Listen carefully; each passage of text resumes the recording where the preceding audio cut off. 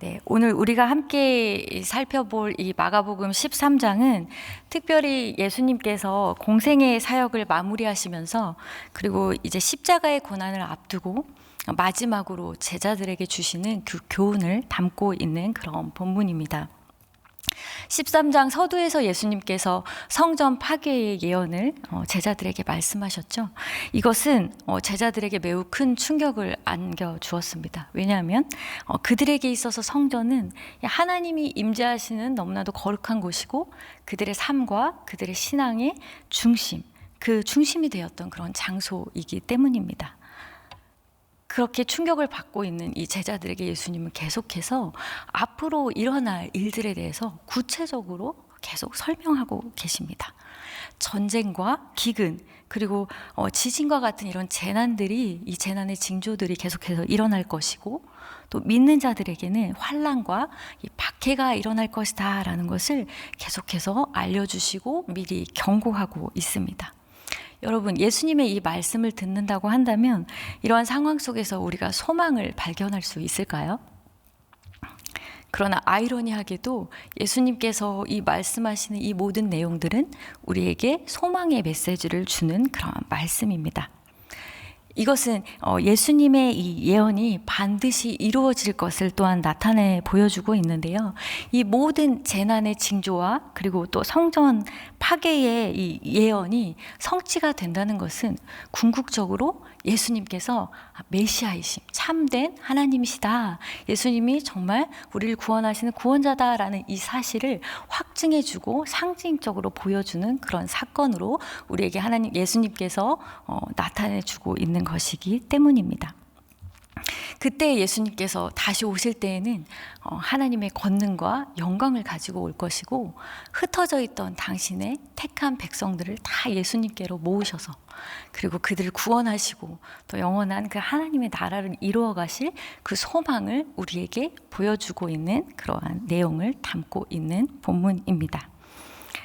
이렇게 1절부터 27절까지의 이 내용은 앞서 얘기했던 재난의 징조와 성전 파괴의 예언의 내용들을 쭉 설명하고 있다고 한다면 오늘 우리가 함께 읽은 8절부터 또 37절까지의 이 말씀을 통해서는 이제 마지막 때 이 종말의 시대를 살아가고 있는 이 제자들에게 하나님 그리고 하나님의 자녀들에게 어떻게 살아가야 할 것인가에 대한 구체적이고 실천적인 가르침을 보여주고 있는 그런 본문입니다. 특별히 이 13장 후반부에서는 두 가지 비유를 다루고 있는데요. 이것은 예수님께서 제자들이 좀 보다 쉽게 이해하고 또 오래 기억하게 하시기 위한 그런 또 친절한 의도가 담겨져 있는 본문으로 우리가 볼 수 있습니다. 그다음에 이 두 가지 비유를 우리가 함께 살펴보면서 예수님께서 우리에게 어떤 이런 실천적인 가르침을 주고 계시는지 한번 나누어 보도록 하겠습니다. 첫 번째 교훈은 무엇입니까? 바로 무화과 나무의 비유입니다. 그러니까 무화과 나무 비유를 통해서 배워라라고 말씀하고 있습니다. 제가 질문을 하나 드릴 텐데요. 지금 혹시 우리가 어느 계절을 향해 가고 있는지 알고 계십니까? 네, 맞습니다. 네, 우리는 지금 겨울을 지나서 봄으로 가고 있죠. 혹시 제 이 질문을 들으면서 정말 이제 봄이 오는구나 라고 새삼 깨달으신 분들이 있을까요? 그런 분들은 없으시죠. 왜냐하면 이 봄이라는 계절은 누가 특별히 우리에게 말해주지 않아도 너무나도 자연스럽게 우리가 피부로 느끼고 또 눈으로 보듯이 알 수 있는 것이기 때문입니다. 이렇게 무화과 나무의 자연적인 이 변화 과정을 통해서 우리가 여름이 오는 것을 알 수 있듯이 예수님께서 말씀하신 이 징조들이 일어나는 것을 보면서 우리가 깨달아야 하고 우리가 알아야 할 것이 있다라는 것을 이 비유의 핵심으로서 하나님께서 보여주고 있습니다. 우리 다 같이 29절을 함께 읽어보도록 하겠습니다. 시작. 이런 일이 일어나는 것을 보거든 인자가 가까이 곧 문 앞에 이른 줄 알라. 네, 여기서 이런 일은 앞서 예수님께서 말씀하셨던 성전 파괴의 그 예언이 이루어지기 전에 그 직전에 일어날 일들에 대해서 말하고 있는 것입니다. 그 재난의 징조들을 말씀하시는 건데요.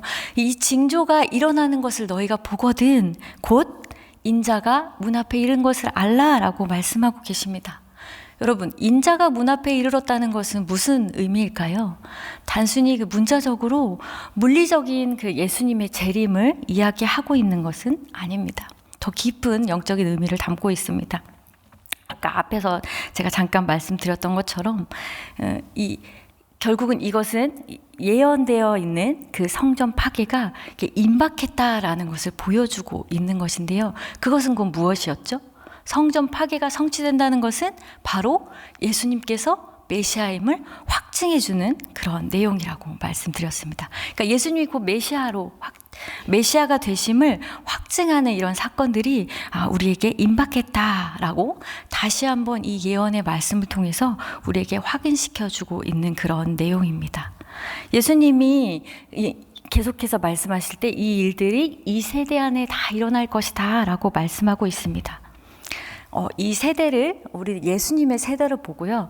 마가복음에서도 계속해서 이 예수님의 세대, 동시대를 이야기하고 있는데 한 세대를 70년 정도로 본다고 한다면 불과 몇십 년 안에 이 일들이 일어날 것이다 라고 말씀하시는 내용이에요.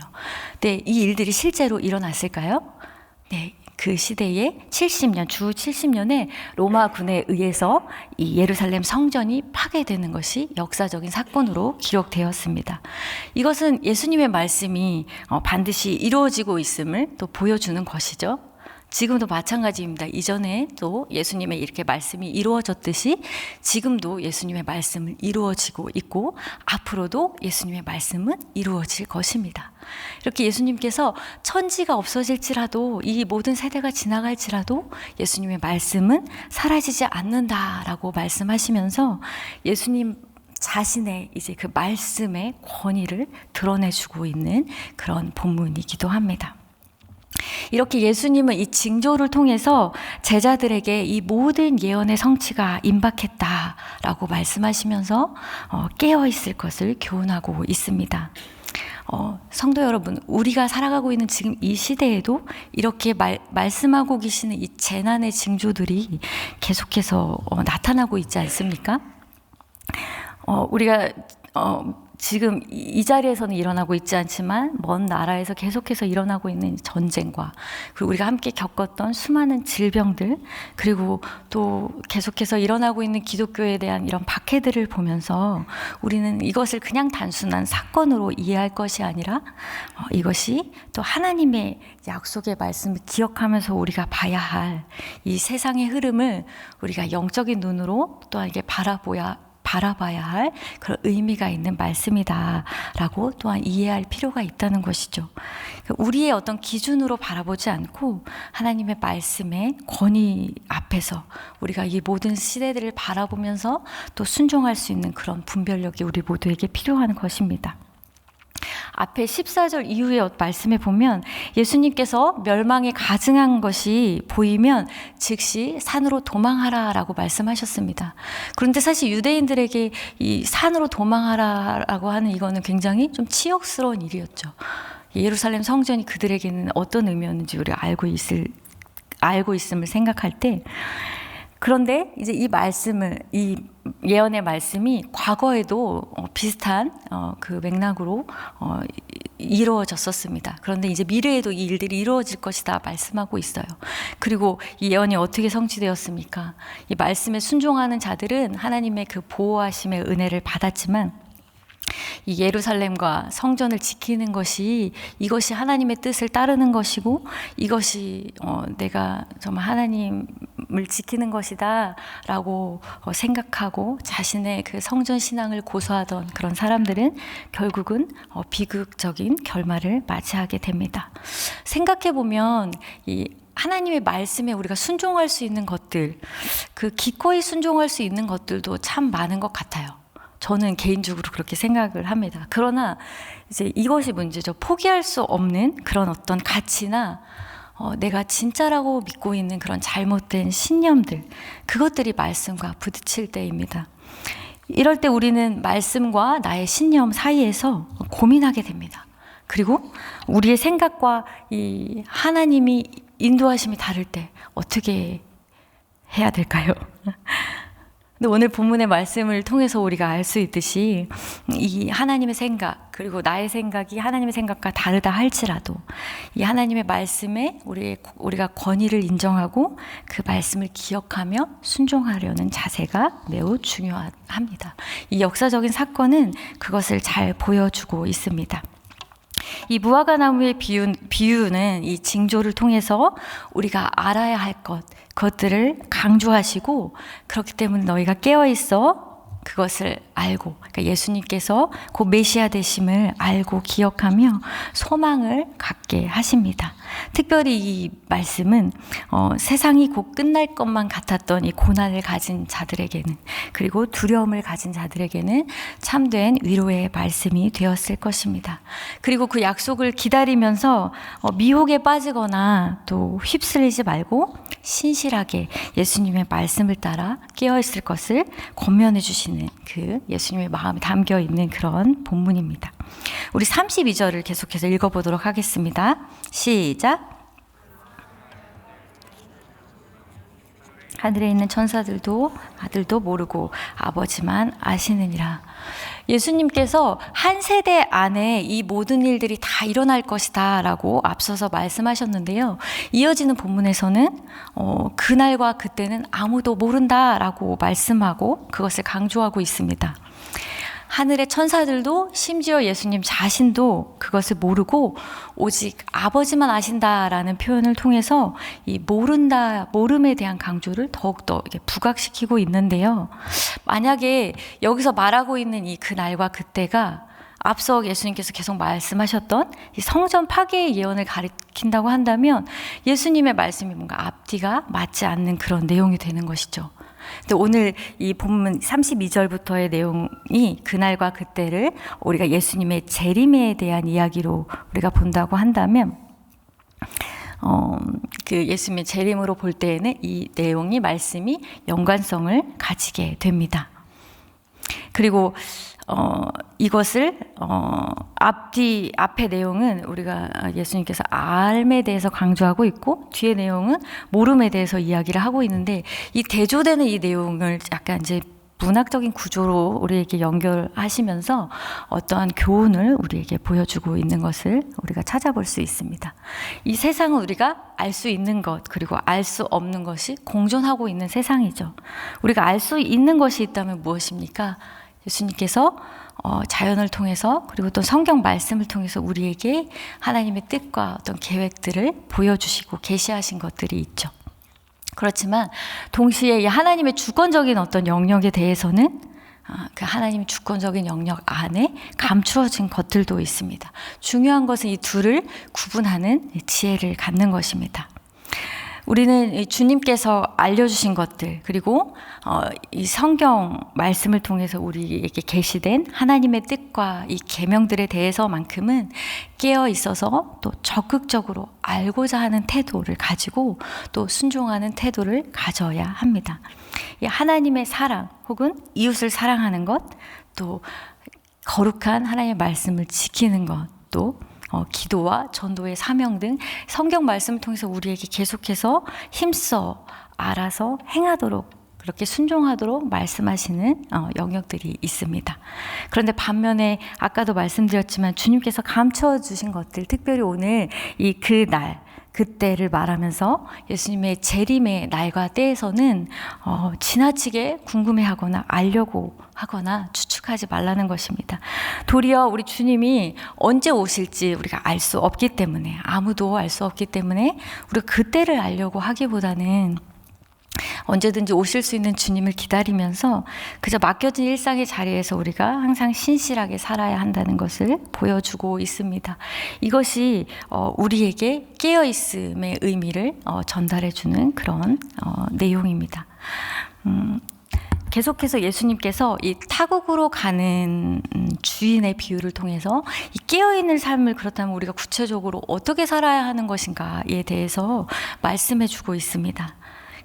주인이 집을 떠나서 타국으로 가기 전에 종들 각자에게 임무를 맡깁니다. 그리고 문지기에게는 뭐라고 말하냐면 깨어있으라 라고 말씀하고 있습니다. 이 내용은 곧 예수님의 이야기와 연결이 되어서 예수님이 승천하신 후에 이 제자들과 그리고 이 땅에 남아있는 성도들에게 맡겨주신 사명을 이야기합니다. 그러니까 우리 각 한 사람 한 사람에게는 예수님께서 맡겨주신 사명이 있다라는 것이죠. 예수님께서 여기에서 강조하고 있는 이 깨어있으라의 말씀은 제자들이나 이 초대 교회가 직면하고 있는 이 어려운 상황들, 이 위기의 상황들 속에서 영적으로 깨어 있으라라고 하는 그런 의미이지, 예수님이 재림을 기다리고 또 예수님이 우리에게 오실 그 날들을 위해서 우리가 깨어 있으라라고 이렇게 말씀하고 강조하는 그런 본문은 아닙니다. 오히려 주님이 언제 재림하실지, 오실 것은 확실하지만 주님이 언제 오실지 알 수 없기 때문에 우리가 그날까지 우리에게 맡겨주신 그 사명, 그것에 집중하고 그것에 충실하여서 그 약속을 대신 그 예수님께서 오신다라는 그 약속을 믿고 기다리는 자세를 가져야 한다는 것입니다. 계속해서 이 33절 그리고 35절, 37절의 말씀에 깨어있으라 라는 말씀을 반복적으로 강조하고 있습니다. 이것은 우리의 신앙생활에 이 깨어있음이 얼마나 중요한지를 잘 보여주고 있는데요. 우리가 35절을 함께 읽어보도록 하겠습니다. 시작! 그러므로 깨어있으라. 집주인이 언제 오는지, 혹 저물 때일는지 밤중일는지 다굴 때일는지 새벽일는지 너희가 알지 못함이라. 특별히 여기서 우리가 주목하며 살펴보고 싶은 것은 이 깨어있으라는 명령이 밤이라는 시간적인 배경 속에서 우리에게 주어지고 있다는 사실입니다. 왜 하필 밤을 이야기하고 있을까요? 여러분, 밤은 영적으로 어둡고 또 위험한 것, 그리고 유혹이 도사리고 있는 그런 어떤 시간적인 것들을 상징하고 있습니다. 낮에는 우리가 영적인 감각이 비교적 또렷할 수 있는데요. 밤에는 어떻습니까? 우리가 쉽게 방심하거나 또 잠들기 쉬운 그런 때이죠. 그러니까 이것은 무엇을 말하고 있냐면 불가피하게 깨어있기 힘든 때를 이야기하고 있습니다. 이 초대교회에도 이렇게 네로의 박해로 말미암아서 신앙을 저버리고 배신을 일삼는 등 이렇게 영적으로 침체되었던 그런 밤과 같은 시기를 겪었던 것을 우리가 살펴볼 수 있습니다. 우리의 일상에도 마찬가지로 밤과 같은 어둠의 시간들이 있습니다.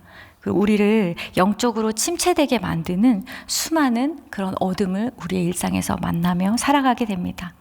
이 많은 세상의 유혹과 염려들이 우리를 지치게 만들 수 있고, 또 때로는 우리의 신앙생활을 나태하게 하고, 또 어느덧 예수님 다시 오실 것이라는 그 재림의 소망이 희미해져 가는 것, 그러니까 흐려지는 것을 우리가 느끼기도 합니다. 무엇을 위해서 우리가 살고 있는지, 내가 지금 왜 살고 있지? 그것도 모를 만큼 지쳐서 놓아버리고 싶은 그런 때도 우리가 만나게 될 것입니다. 그러나 사랑하는 성도 여러분, 우리는 항상 깨어 있어야 합니다. 낙심하고 또 지치지 말고 다 놓아버리지도 말고 늘 깨어 있어서 이 소망을 항상 가지고 살아가는 자처럼 그렇게 그리스도의 신실한 제자로 살아갈 수 있기를 소망합니다. 여러분, 물론 깨어있는 삶이 쉽지는 않을 것을 우리 모두는 잘 알고 있습니다. 실제로 이 14장 이후에 겟세마네 동산에서 예수님께서 제자들에게 깨어 있으라, 졸지 말고 깨어 기도하라 말씀하셨지만 제자들은 금세 잠들고 말았습니다. 이렇게 실패한 제자들의 이야기가 동일하게 밤이라는 이 시간적인 배경에서 우리에게 주어지고 있어요. 그러니까 예수님이 이 고난을 맞는 그 시간에도 제자들은 깨어 있지 못했습니다. 이렇게 깨어있으라는 이 권면은 어떤 종말론적인 차원, 그러니까 예수님이 다시 오신다라는 그 차원을 넘어서 이 어둠의 시대 가운데 살아가고 있는 제자들과 이 초대교회 성도들과 그리고 우리들에게 이런 어려운 구체적인 상황 속에서도 깨어있어 믿음을 지키고 또 예수님께서 주신 사명의 그 자리를 잘 감당해야 되는 것에 대한 중요성을 말해주고 있습니다. 지금도 우리들에게 그리고 그들에게 필요한 것은 깨어있어 어떤 상황과 환경에 흔들리거나 미혹되지 않고 예수님께서 우리에게 가르쳐 가르쳐 주신 길, 그리고 지키라고 명령하시고 주신 사명들을 우리가 잘 지켜나가는 것, 교회를 지키고 또 내 공동체를 지키는 것, 이런 주님이 주신 사명을 잘 감당하는 그 일들이 이 깨어있으라 명령하신 예수님의 의미를 잘 담고 있는 것입니다. 날마다 우리가 이 소망, 우리에게 주신 그 소망을 기억하되 그 때를 기다리면서 살아가는 것이 아니라 오늘 우리에게 주어진 이 일상 속에서 우리에게 맡겨주신 사명을 매일매일 감당하면서 그렇게 신실하게 하나님의 제자로 살아가라고 하는 그 예수님의 권면이 담겨 있는 것입니다. 사랑하는 성도 여러분, 우리는 지금 계속해서 말씀하신 예수님께서 예언하신 대로 캄캄한 밤과 같은 이런 종말의 시대를 살아가고 있습니다. 또 지금 우리 앞에는 아마 수많은 도전과 어려움이 놓여 있을 것입니다. 그렇기 때문에 주님께서는 또 다시 한번 이 두 가지 비유를 우리에게 말씀하시면서 깨어 있으라라고 권면하고 있습니다. 먼저 말씀과 기도로 자신을 깨어 지키실 수 있는 우리 모두가 될 수 있기를 소망합니다. 네, 그리고 우리에게 맡겨진 하나님께서 우리 각자에게 맡겨주신 그 사명에 우리가 충실할 때에 그때에 비로소 우리는 예수님께서 그 우리에게 말씀하신 그 뜻에 합당한 그 깨어있는 삶을 살아가는 모습이 될 것입니다. 이를 위해서 우리가 실천할 수 있는 것들은 무엇이 있을까요? 매일매일 하나님과 깊이 교제하는 시간을 가지고 또 혼자 신앙생활을 하는 것이 아니라 혼자 깨어있는 것이 아니라 옆에 있는 나의 친구들과 또한 공동체와 함께 그 사랑을 나누면서 이것들을 지켜가며 그리고 우리의 일상의 자리에서 이 복음의 증인으로 살아가려고 하는 어떤 구체적인 노력들이 필요할 것입니다. 우리 앞에 놓인 미래가 어떠하든 지금 당장 우리가 어떠한 상황 가운데 있든지 우리에게는 반드시 약속되어져 있는 이 변함없는 소망이 있습니다. 여러분 모두 그것을 믿고 계십니까? 다시 오실 주님의 약속입니다. 변치 않는 하나님의 우리에게 허락하신 그 소망인 것입니다. 그날까지 우리는 모두 깨어서 기도하면서 예수님의 신실한 종으로 살아갈 수 있기를 소망합니다. 우리가 깨어있는 삶을 위해 주님 앞에서 모두 애쓰며 또한 그 애쓰는 우리 모두에게 날마다 하나님께서 은혜로 가득 채워 부어주시기를 간절히 소망합니다. 오늘 주신 말씀을 놓고 우리 함께 기도하도록 하겠습니다. 네, 그리고 가지고 오신 개인의 기도 제목으로 함께 기도하신 후에 또 일상의 삶의 자리로 돌아가도록 하겠습니다. 기도하시겠습니다. 거룩하신 아버지 하나님, 오늘 하나님께서